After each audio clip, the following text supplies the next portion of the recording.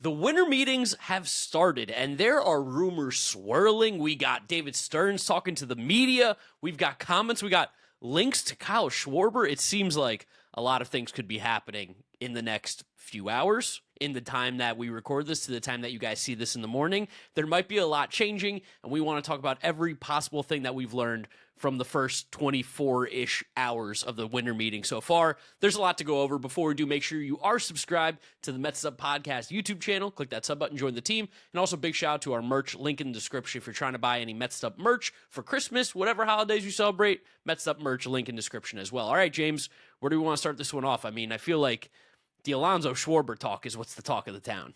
I think so too, and I think it should be because there's probably an understanding among the Mets organization and among you guys watching this, Mets fans everywhere, that if you sign Schwarber, I don't think you're signing Pete Alonso.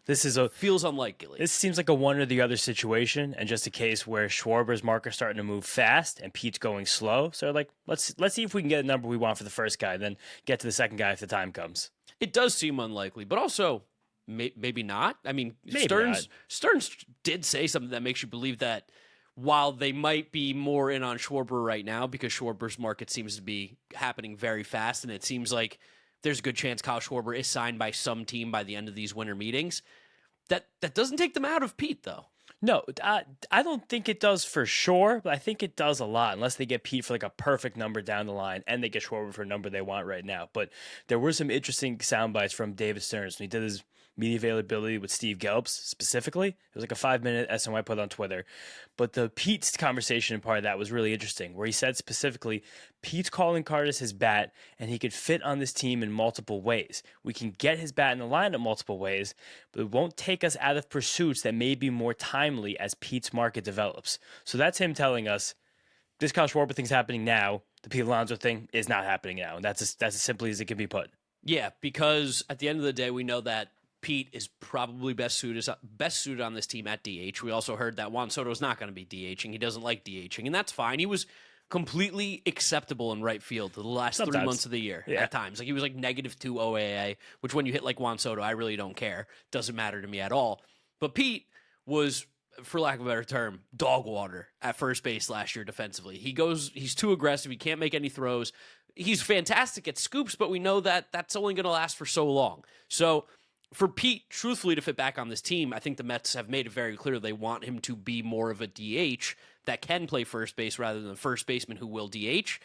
Kyle Schwarber, on the other hand, is only a DH. He will not touch the field, and that's why it is interesting that the Mets could be pushing so hard for a bona fide, this is just a DH. But that's why I opened this being like, I don't think there's any way they fit both of these guys on the roster unless they weirdly feel marginally confident with Kyle Schwarber back in left field for like 50 games a year. I'll also say this, that would be too. shocking. No, that would be shocking because he can't do that. But like, it seems like everyone is interested in Kyle Schwarber right now. Apparently, the Pirates offered a record-breaking franchise deal, which is not what it sounds like. The Pirates' biggest free agent contract they ever gave out. I just had a mini bumbling.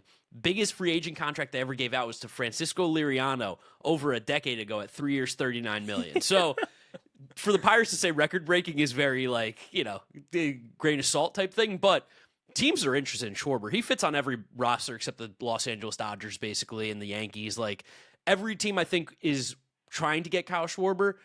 I'm interested to see what his contract will look like if he is with the Mets. I can't imagine it's going to be more than 3, maybe 4 years at most. But maybe that's the decision they're making and why they're prioritizing at this exact moment Kyle Schwarber instead of Pete Alonso. Because if Pete is holding steadfast 4 or 5 years, but you think you can get Schwarber for 3, maybe they just think that the next 3 years, like Schwarber might be a better hitter than Pete for the next 3 years. Like Schwarber possibly. He could be possibly. Schwarber has higher bat speed than Pete Alonso. He chases way fewer pitches out of the strike zone than Pete Alonso. He also makes less consistent contact. The last 4 years of Kyle Schwarber, when you look at them through the objective lens, are less consistent than you probably remember because of how high the heights got. But 2 years ago, Kyle Schwarber was under the Mendoza line. Like he only had 340 on base percentage, which is where Pete was this past year. Like he's had some OPSs that have oscillated between 820 and 850 before this past year having the best season of his career at 32 years old. Like there's in Philly, yeah. There's definitely a fun conversation going on about, would you rather, let's say, have Kyle Schwarber for 3 years than Pete Alonso for 4 or 5 years right now inside those Mets rooms? Is it crazy if I say I think I'd much rather take Pete. Much? Why much?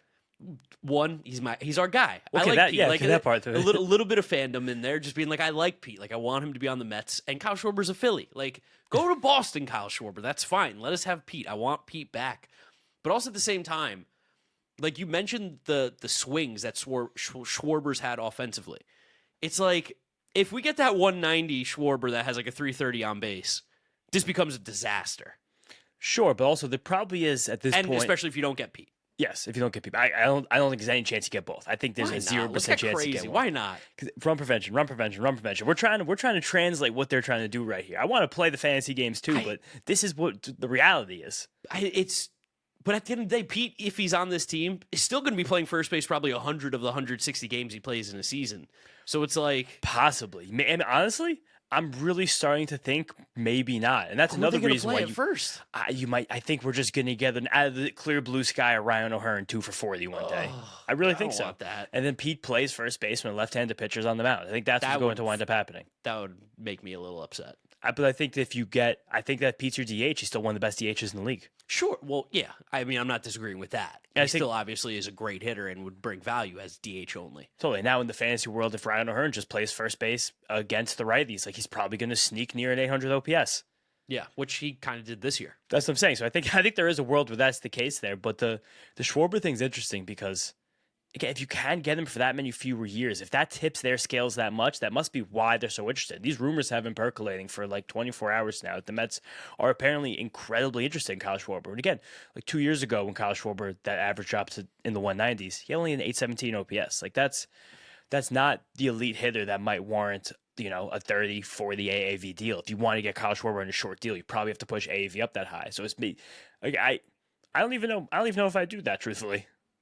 That's what I'm kind of leaning towards. Is listen, I'm not going to be upset if we get Kyle Schwarber. Absolutely not. No way, shape, or form. I'm not going to be like, can't believe we did this. I made it very clear. I still want Pete over Kyle Schwarber. I think Pete will be a better hitter the next couple seasons. I think that Schwarber's just got a lot of ups and downs. The highs are going to be the 50 home runs that we saw. The lows are going to be kind of what Pete did in his low year. Like, so that's kind of the conversation to have here. And I'll take the guy who's been in New York for a while. I don't know. I still weirdly just don't see Schwarber signing with the Mets. I see the Phillies swooping in and just like if the Mets came in at like 3 for 90, let's just say that was it. Phillies like 3 for 91 and he just goes to Philly. I do wonder though. I think that Schwarber has funny enough proven that he could age better than Pete just because the bat speed is starting out higher. Like he's 32 now. We haven't had any negative effects of aging yet. He pulls all of his fly balls where Pete pulls just a bunch of them. Pete has such good opposite field power that he gets out there. Like Schwarber less so than Pete. Doesn't rely as much on bat to ball, but Schwarber also, if he loses the bat to ball, he's already one of the worst in the league. Yeah. And they get like where Pete also like just makes a lot more contact. It's two very funny profiles to compare. Like it genuinely is. Like I don't even think we'd ever be making this comparison, but it's crazy. These guys are both free agents at the same time in these spots in their careers. I want to ask you this: is there a fear for this Mets team that had so much trouble putting the ball in play last year when it mattered most? To get another guy on this team that is a low average guy? Probably, honestly, but I don't think that maybe we could be concerned about that. But again, it doesn't seem like they're concerned about that because we saw the downside of the Kyle Schwarber approach.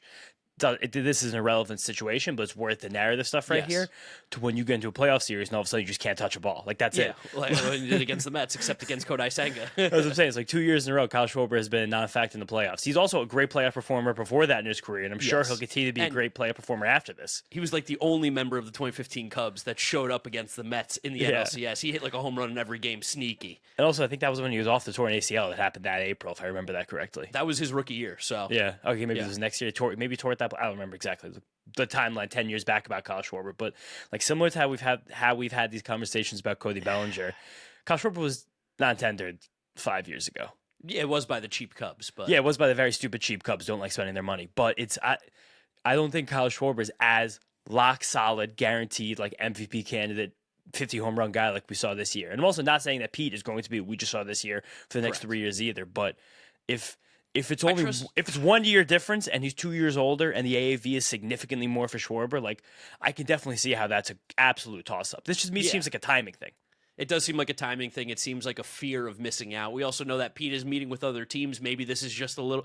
I mean, David Stearns I think he's playing big games here. So like I think there could also be a little bit of like for lack of a better term, like just trying to fuck with Pete a little bit. The way that was reported, it seemed to me like the opposite, because all the Schwarber Mets stuff started trickling out around Sunday night and like really getting hot Monday morning. And then all of a sudden, like Monday late morning, early afternoon, now Pete's driving from Tampa to the winter meetings to meet the teams. That's why I'm like, I think Stearns just fucking with him a little bit. Like making Pete's him fucking sweat. with us. I think he's doing the opposite. And then the problem is going to be that Pete's going to meet with the Orioles and he's going to go meet with the Red Sox. And they're going to be like, hey, so, especially like for the Red Sox, our number one target's Alex Bregman. We're not giving you the money that you want. And then he's going to meet with the Orioles who don't spend any money. And it seems like the Orioles target's really Schwarber. They've been the team like most heavily linked to him, honestly. It makes way more sense as a lefty. It would make way more sense for them to spend the money on Schwarber than Pete.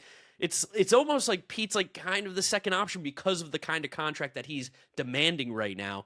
And I feel like, I mean, I do genuinely believe the Mets want Kyle Schwarber. I don't think that it's a fake rumor by any means, especially because Stearns is talking about it. But it does feel like this is a little cat and mouse game again with Pete Alonso. Like, yeah, go talk to everybody. We're going to be going after Kyle Schwarber. You can go see all the offers you're going to get, realize you're not getting what you want, and you're going to come back. Stearns was very careful not to talk about these things specifically, because he never talks about these things specifically. His two media availabilities, again, were good. The 5-minute with Gelbs, and then there was like a 20-minute that got put on YouTube. I don't remember if it was SNY or the Mets, just Stearns talking to all the reporters. But it does seem like if these roles were reversed, if Pete's market was hot right now and Schwarber's the one that was slow, we'd be making these big offers to Pete. I just think you don't want to let Schwarber sign with another team and not even make an offer on him. Sure, yeah, and I do ultimately think that's just what it's going to be, is that the Mets are going to be almost making you bid up to get Schwarber in a way. And for Kyle Schwarber, that's great too. And possibly just, again, to get a little more leverage on Pete. Like, it does suck that we've gotten 2 straight off seasons, the same thing's happening. Also, nightmare scenario. What if we sign Schwarber and the Phillies are like, well, we're going to go get Pete? Like that's a nightmare. Let's just have the same guys we had. I don't want to trade those guys. Maybe that's the only way we could possibly get both of them at the same time, is if the Phillies start going hot after. Because that is a nightmare for me. Seeing Pete Alonso playing for the Phillies would truthfully be heartbreaking. Because let's butterfly effect this out right now. If the Phillies were to actually lose Kyle Schwarber, if he were to somehow sign with the Mets or the Orioles or the Reds or a mystery team or the Pirates, like we're not talking about Pirates, hell yeah. Yeah, just got to throw him in there. That's where I want Kyle Schwarber. I want him in Pittsburgh. They made a 4-year offer. Then the Phillies are kind of have their backs up against the wall. They kind of do just have to do the splashiest thing they can do. Because we know that's also what Dombrowski would do anyway. Besides them getting like unbelievably creative on the trade market, they don't have many direct ways to improve that team without Kyle Tucker. Yeah, that's seriously adding to their payroll. Like, it doesn't seem like they want to do that badly with 2 10-year commitments on their books already. Like, I don't know. They're the one team I can't figure out so far this offseason. We don't have any idea what they're thinking or doing. No, the only thing that we've heard was they weren't close with Schwarber, but now they're close on his tail for signing him. Seems like it's just happening. Probably still the favorites that sign him at the end of the day. They're a bizarre team. That's why I just take your boy back, let us get Pete, and shake hands, and we're good. That's what I want. I don't want this. The market is telling us, too, that they value Schwarber a lot more than Pete Alonso. Like, that's interesting. Well, is it? I mean, it is. Ish. Because Pete might be getting these offers that Schwarber's getting, and he's like, I want 7 years because he's a big dumb idiot. Like, where you're not going to get that Pete ever. It's never happening. These two also might weirdly end up with like an incredibly similar contract. Like, I bet, like, let's just say the Mets are offering Schwarber like a 3 for $100 to try and like bump the AAV, but do a lower deal. Like, I'm sure they'd be willing to turn that around, do that for Pete as well. But once Pete wants the 5 years, that's when you start to get closer to like the 20, 25 million AAV range, which maybe that could be where Schwarber's 5-year deals are. Maybe we're just underrating Schwarber right now because he still has the 77-mile-an-hour bat speed. He just hit the 56 home runs. People are like, he could do this at 35. We're not worried about that. Yeah, I don't know. I'm not particularly worried about Schwarber. It's just I like Pete more. That's really all this comes back to. I just want Pete back. Pete's our guy. I know, Pete's our guy. I don't want to see him go. He's so nice. He's great. He's a golden retriever. Yeah, another part of this that came out today that's kind of funny is just the swarm of Met fans that flock to every single tweet that like SNY or anything does. It's like the SNY Mets to the tweet. David Stearns was asked the Mets plan to meet Pete Alonso in person in the winter meetings. And Stearns, like, he kind of like broke character and he genuinely chuckled. He was like, we know Pete. Pete knows us. He's like, he's got to meet with these other teams, see what they got for him. We know exactly what we're doing here. We know each other quite well. And then every single reply is, this guy, this is the worst. Can't believe he's doing. It's crazy the replies in all these tweets. If you guys want to chuckle one day just to read through them, it is funny to think about how like the average fan, like not even listening to this podcast, like the people that take in like nothing besides WFAN, like when they drive to and from work, that's where they get their sports. they're reading the New York Post only, the Post Plus articles or whatever. Fake nonsense gets written in there the last couple of days. And then, like, they see tweets and they're like, I'm gonna lose my fucking mind. Like, I'm gonna go crazy. David Stearns is doing it again. He's operating like cheap Milwaukee Brewers. Like, what do you want David Stearns to say? It's almost like at some point these people they're clearly never going to be happy with anything that's said unless he signs players. But then don't forget, when he does sign the big guys, that is all Steve Cohen. Yeah, it's like your take that you had earlier in the offseason where every team will sign their depth guys, but because like the Mets fans are so maniacal and rabid, like all the Mets people will tweet those things out because they know they get the engagement, but then the engagement happens to be very angry people in the comments, dumpster Dave at it again. Like the Mets signed Carl Edwards Jr. It should be like a back-end glob of chaos guy. Yeah. So hopefully not back to the season. Hopefully never makes an appearance on the Major League roster. But just someone to get like a spring training invite. People like, how could they be wasting their time with guys like this? Just like, no, you just got to fill up the roster. You're like everyone brings 100 people to spring training. Like this is not a Mets only thing. Yeah, every team doing that. But again, we wanted to start out with the big Alonso Schwarber rumor because that's the one that took fire most during the day. But there was one that happened actually earlier in the day. It was around 10, 11 in the morning. I thought was more interesting. It was an article that Will Salmon put out on The Athletic. And Will's been a monster this offseason. He's been writing articles with Ken Rosenthal. He's hot at the winter meetings right now. Hope to get him on here again soon. But it was a pretty defiant report that the Mets are not interested in any long-term contract for the starting pitchers available this winter. Yeah, not interested, but are still meeting with Framber Valdez. Yes. Are interested in Michael King. It all makes sense, and it's stuff that we've mentioned too, where like Framber, like 5 years is the most I'd give him at like 25, close to 30, like that range per year, and he's probably going to be still one of the 30 best pitchers in baseball over the next 5 years as long as he's healthy. Like there's nothing showing us that he can't be. But it's now those extra years that I'm sure Framber would want. I'm sure he wants a Dylan Cease contract. And this is the old conversation of like, well, if you try and thread the needle on every single free agent, you'll end up signing none of them. But at the same time, I don't know. Nolan McLean might be better than Framber Valdez next year. Like, I don't know if I want to give him those 7 years. He definitely might be. And again, might is the word there because that's kind of what we're playing off of. Again, to use Will's words exactly, despite failing to get length in their rotation last season, the Mets are reluctant to hand out long-term offers to this season's top free agent starting pitchers. And I think that is the most important part of that phrase right there. This season's top free agent starting pitchers. We've had a couple episodes talking about this over the last few months. It was the second the Mets season ended, the first thing we talked about. We were like pitchers. These pitchers, these guys aren't that good. But like this offseason's crop of starting pitchers simply weren't that good. That's how Dylan Cease can get 7 for 210 because he throws 97 and has been healthy his entire career. Got a bigger contract than Blake Snell. Blake Snell has won 2 Cy Young awards. And again, like that, if that's where these now offers are going for guys like Tatsuya Imai and Framber Valdez, like I don't fault the Mets for not wanting to jump into that. Despite the glaring need on the roster, it doesn't really give you permission to possibly make a bad decision. Well, that's what always like I have to bite my tongue seeing like social media or just hearing like family or anybody talk about like what the Mets need to do this offseason. It's like got to get a pitcher, and I look around I'm like who is that guy? Because they pay Framber Valdez all that money. You're going to lose your mind in year 2 or 3 whenever that happens.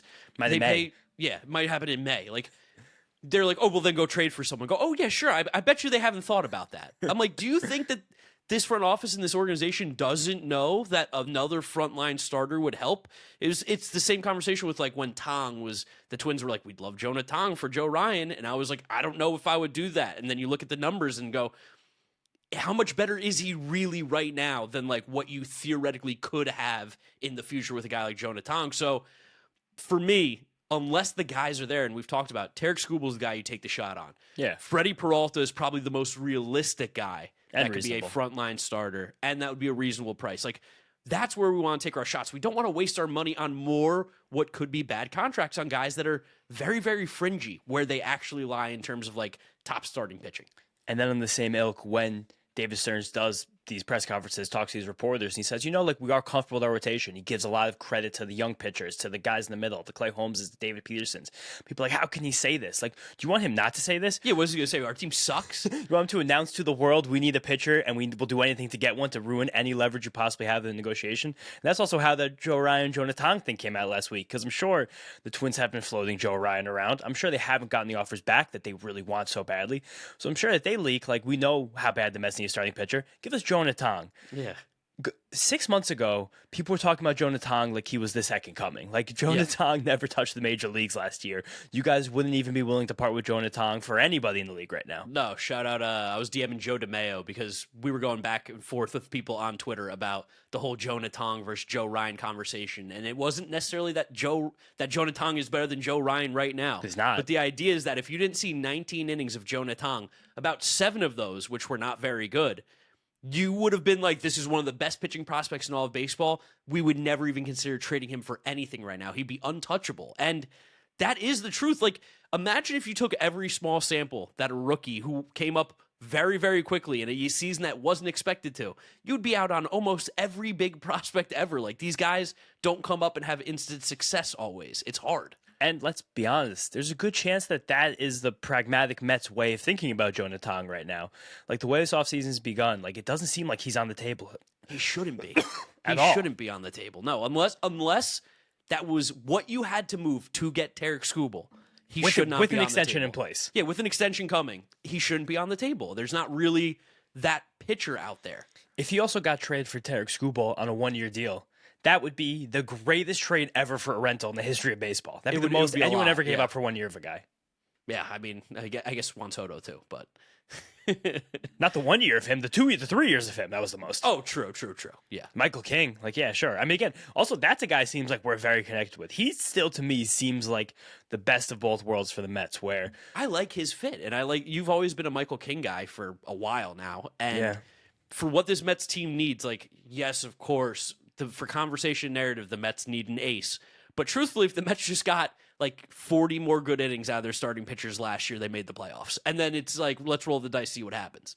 And you have to be very confident what Nolan McLean is after seeing the way last season ended. Like, because we go to a lot of the games. So I've been watching some highlights of him because I really didn't watch many of the games on TV. I was there. And I was like, this guy's stuff is so ridiculous. Like, he might just be the ace. I think that's just it. Like, this is the problem, too. When we went into last offseason, we were so optimistic about everything. And, like, how could we not have been? After what happened, go to the NLCS, and then we're a year and a day from the Juan Soto signing. You guys remember like, how we felt after that happened. And then we basically spent the next 3 months just gorging ourselves on all the content that we could possibly do, being like, this is the best thing ever. We saw the rosiest colored 70th percentile outcome for every single player. Now we're doing the opposite. We're looking at the 25th percentile outcome for every single player.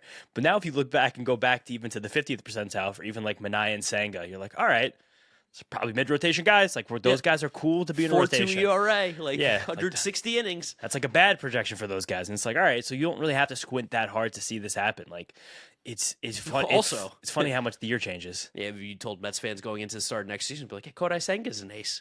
Yeah, literally last season. That was 5 months ago we were saying that. How about in May before he got hurt? I think Mets fans would have been like ace. Literally, and again, like even right now, this lineup kind of is the one that needs the most help. The lineup needs a lot of help right now. Talk about what Cliff Floyd was saying in MLB Network that you texted me. It was howling. Yeah. Oh, I was screaming. So MLB Network, there's a weird thing going on with MLB Network, and maybe there's got to be some sort of connection with like what they can say and can't say. But Greg Amsinger, who I like these guys on MLB Network, talking about the Mets lineup and all the stuff that they need and what the problems are, and he was like, yeah, you know, I don't think they'll sign Alonso. I think they're going to go Mark Vientos at first base. And Cliff Floyd's like, Mark Vientos? He's like, are you kidding me? He's like, he lost his job at third base. He didn't hit at all last year. He's like, the Mets cannot go into the season with Mark Vientos, and nor will they. He's like, you would have to be like an idiot to be like, Mark Vientos is our starting first baseman. He's got to earn his roster spot in spring training, let alone be given the first base position. Cliff Floyd was irate. He was screaming. He was like, what are we talking about here? Especially because, like, again, one, like Mark Vientos showed last year, he might not be able to hit major league pitching enough to be an everyday starter. And two, you're just going to make him play first base and do that defensively? He's got bad feet. He's got horrible footwork. He's got no range. So, look at that. We have Pete Alonso who doesn't hit like Pete Alonso. Great. I thought you were about to Kwame Brown. He's got bad feet. He's mobile, but he can't really move. He doesn't have a post move he can commit to memory. I know I'm a Vientos slanderer. I would never call him a bona fide scrub. That's definitely not reserved no for way. Kwame Brown. No, I think if you guys are millennials, you were watching SportsCenter in 2004. You remember that day vividly. But there's still actively a lot of work to do in this roster. But at least like it seems like we're very active in do these things. Another rumor that just came out moments before we started recording. We tried to wait till as late as possible at night to record this, just so we wouldn't miss anything and that we'd be able to have something fresh in the morning. Apparently, we're now connected to Trevor McGill along with Freddie Peralta from the Brewers per Joel Sherman, which I think that's kind of a fun spot to be in. I think that's also a move by the Brewers. Again, we talk about how They're just becoming the Brewers. but partially, but we talk about how little these teams actually get for 1 year of players. And I think that's a big misconception between what happens in Major League Baseball and how we perceive things as fans.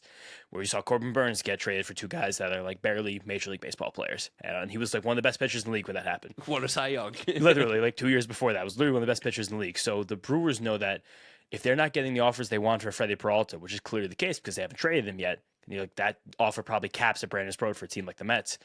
You add Trevor McGill to that, now suddenly you can get a higher profile prospect. You can get 2 or 3 prospects, and along with a guy at the top who you like a lot. Like they're trying to package things together, what they consider a surplus in their bullpen because they have monsters and aliens up there whenever they need them to get a higher profile guy or just a better volume of guys with the Freddie Peralta package. I'm assuming. I've been seeing like what some people are throwing out there again for Freddie Peralta packages. I'm like, what are we talking about, guys? It's not about Freddie Peralta being bad. Freddie Peralta is awesome. We know that.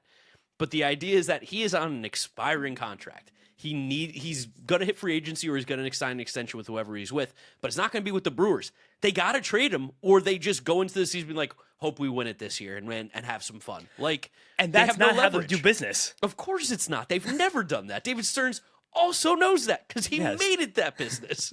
And that's his protege running the team now. So at least someone who worked with very closely. I don't know if protege is the right word there, but just there's clearly a relationship there. And we just got no Brewer, Devin Williams, like trying to get the band back together. It's a team that's been really good for the last few years. I'd love Trevor McGill in this bullpen. I'd be sick. And then we could get Tyler maybe in the bullpen one day and it finally comes true.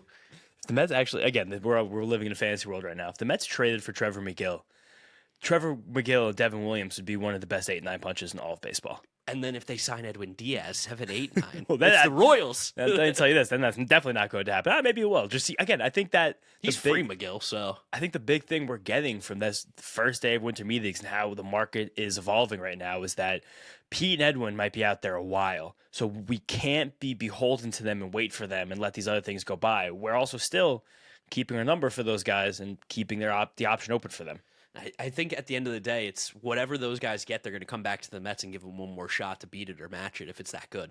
I do too. And if the Mets aren't like really deep in the markets for those guys and making it seem like to the world that we're making offers every single day, meetings, like high leverage, put us in there, their numbers don't go up that much. I also think that there's a weird signal to other teams too. It's like, why are the Mets not scrambling to sign these guys? Look at this roster. This team looks terrible, and they have no urgency to sign Pete Alonso or Edwin. What do they know?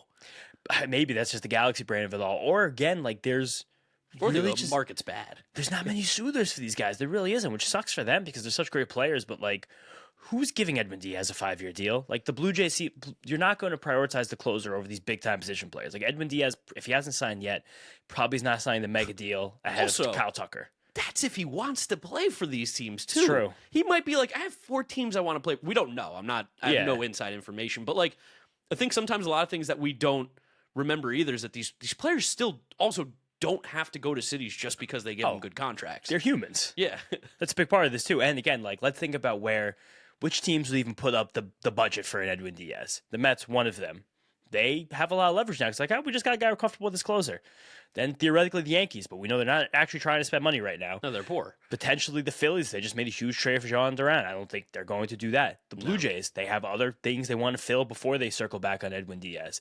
The Dodgers, they just made a huge reliever mistake last year. I really can't see them doing a big long-term commitment for a guy like Díaz. Theoretically they could. Oh, all those teams theoretically can, but it's just kind of using the hints that we've received so far to think if it's actually real or not. And then like the Rangers would have been another team, but they don't want to spend money. Broke. The Angels are always in. Always in. They're possible. Can't count out the Angels, but I think anyone who's seen what's going on with them this offseason, hearing all that stuff, you want to stay 1,000 feet away.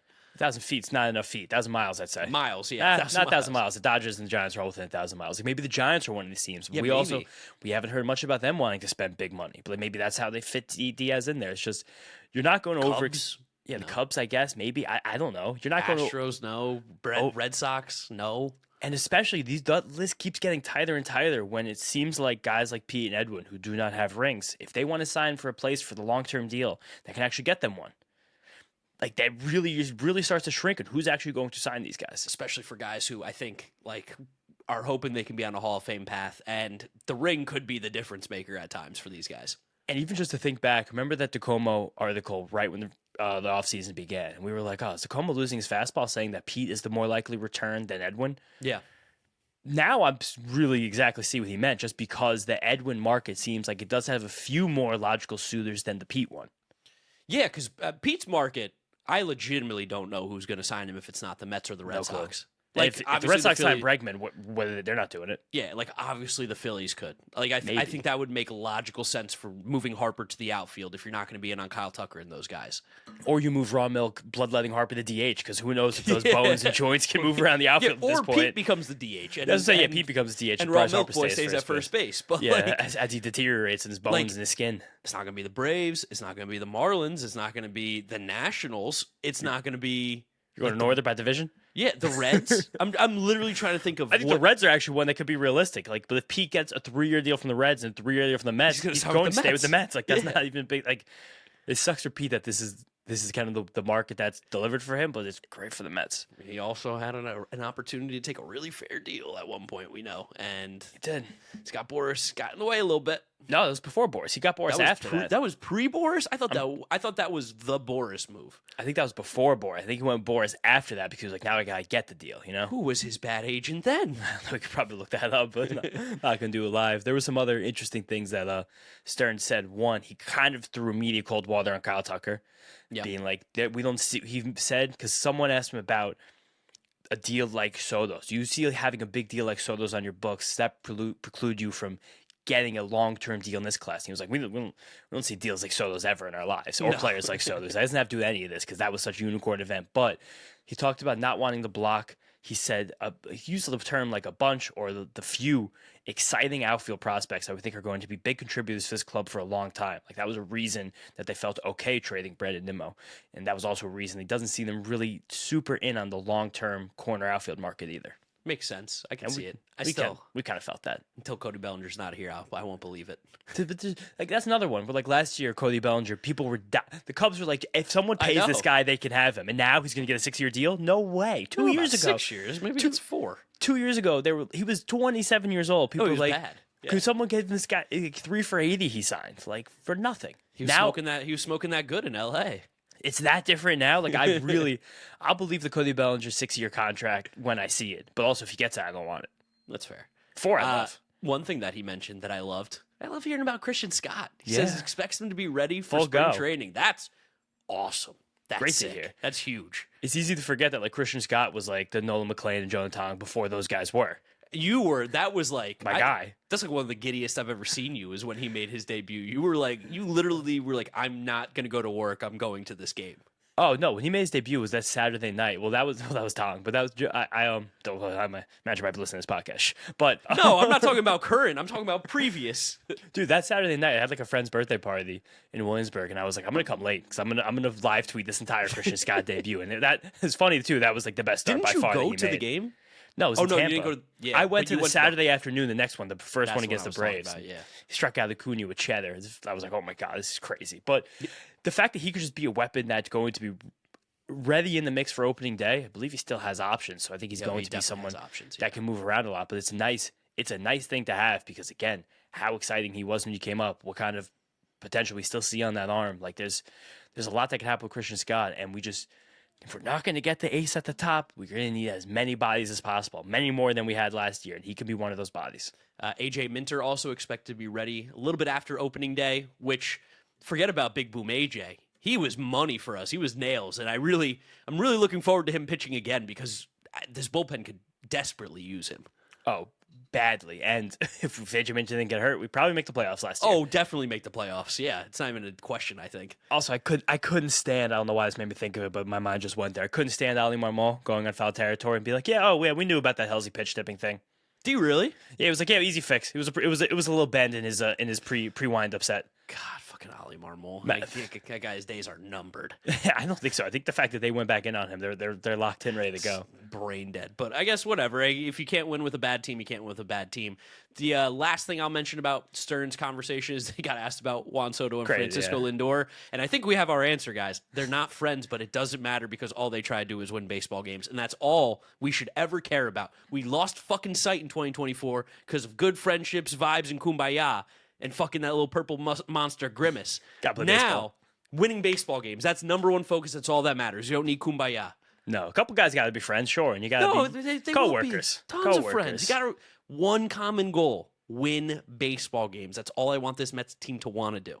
Stern's like, yeah, they both work really hard. They're both elite players. Really happy to have them here. He's like, when I see them, they interact really well. Like, yeah, that's perfect. Great, exactly. Perfect. And then the last thing, just before we leave you guys, is that the draft lottery is going to be on Tuesday. We got like 0.3%, right? This is a massive deal for the Mets, a huge deal for the Mets, because we went over the second level of the competitive balance tax threshold. Our first pick is going to get moved back 10 spots. That's been happening every single year with Steve Cohen because we spend money. We're proud to do that. Don't care. Happy about that. But because we sucked last year and we're actually in this lottery as one of the teams with the best records that missed the playoffs, we have a 0.7, exactly a 0.67% chance. 6-7, nice. To have the number one overall pick.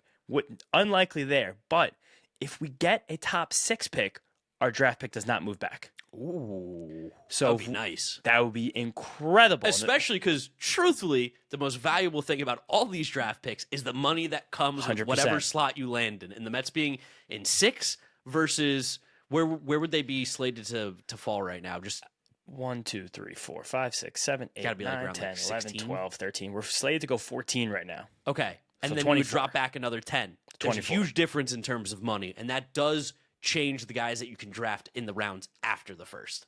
And something also great about being the top of draft, if you actually have a budget, which again, I don't want the Mets to ever be at the top of the draft again, but if we get so lucky this year, a lot of those teams at the top of the draft play games with their top draft picks. They want low slot guys. They want to take their shots later on. They don't want to do this negotiation before the draft. They don't want to go for the big prep high school bat. I mean, the Pirates got lucky and were able to do that 2 years ago. Connor Griffin, he might be the best player in baseball in a few years. So if we are able to somehow miraculously get into that top 5, we could possibly get a number 1, number 2 overall type of talent because we're just willing to go heavily over slot with that first pick, where some other smaller market teams may not be as willing to do so.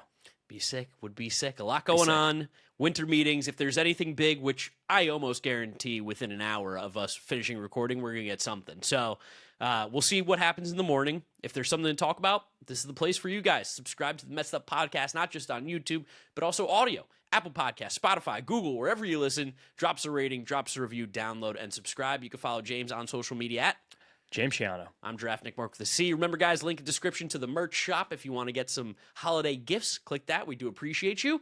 And that's it. Thank you guys for watching. Thank you for listening. We'll catch you on the next one. Peace out. Peace out, guys. Let's go Mets.